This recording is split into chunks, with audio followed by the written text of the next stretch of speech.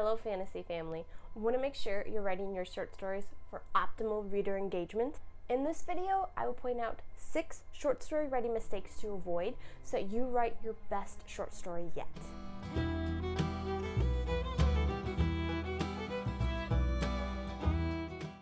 These 6 mistakes I'm about to share are what I've learned over my 20 years of writing. Knowing to avoid them has helped make me a better writer.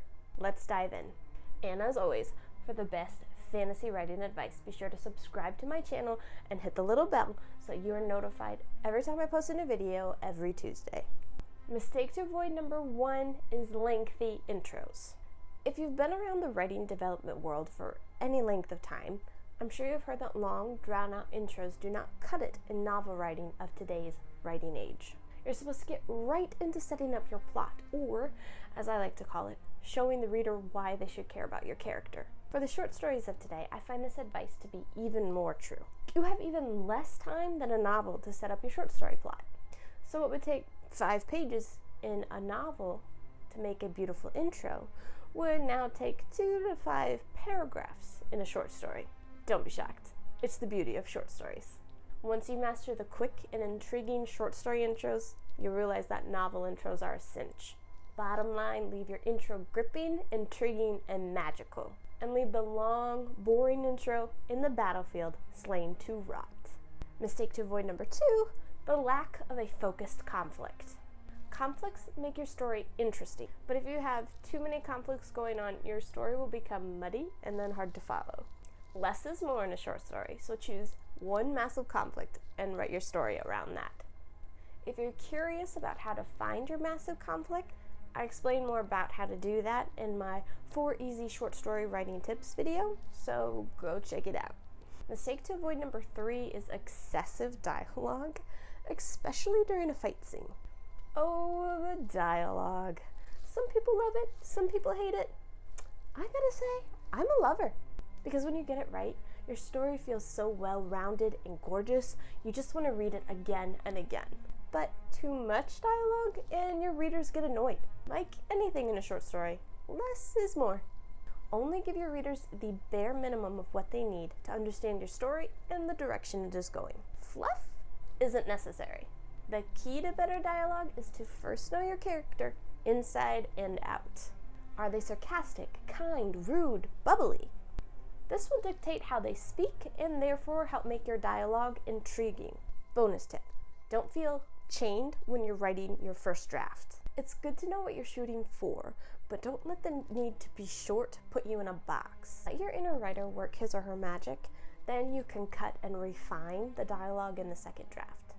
If dialogue is your weakness, use your second draft to analyze what you've written. Ask yourself, can my character say this better, or is what they're saying even necessary? The sharper the dialogue, the better. Mistake number 4 to avoid is cliche characters. Is there a time and place for cliche characters? Arguably, sure. But if your goal is to write the best short story you've ever written, then leave the cliche character idea stabbed in the heart to die. If you choose a prince, give him a trait you've never seen before in the books you've read. If you choose a warrior princess, what makes your warrior princess different than all the other warrior princesses we've read about? Note that I am not saying do not write about a prince or a warrior princess. There's no 100% original idea in the writing world, as we all come to know, eventually. I'm simply saying don't repeat what you've read or watched in a bunch of stories before. Talk to your friends, your inner writer, and your muse about your character idea. If it ends up being cliche, like a damsel in distress who needs to be saved by a prince, how can you put a twist on that idea to make your story swashbuckling awesome? On that note, what fantasy character type is your favorite? Tell me in the comments below. I've got to say I am definitely a sucker for the warrior, handsome guy. He can be a prince or not a prince, but handsome warrior guy is my thing. Mistake to avoid number 5, too predictable. It's easy to write a story that is obvious. Have some fun with your story writing by giving your readers a story they want, but in a way they least expect. Keep your reader on their toes, and they will want to keep reading. Mistake to avoid number 6, a god solves the problem. Don't ever put your characters through hell and then have your world's god figure swoop in and make everything right. We worked hard to put our characters through hell. They need to work hard to get out of that hell, or all of our efforts were pointless. The whole reason your readers are rooting for your characters because they want to see your character save themselves. You can have the guide help. In fact, that's probably expected.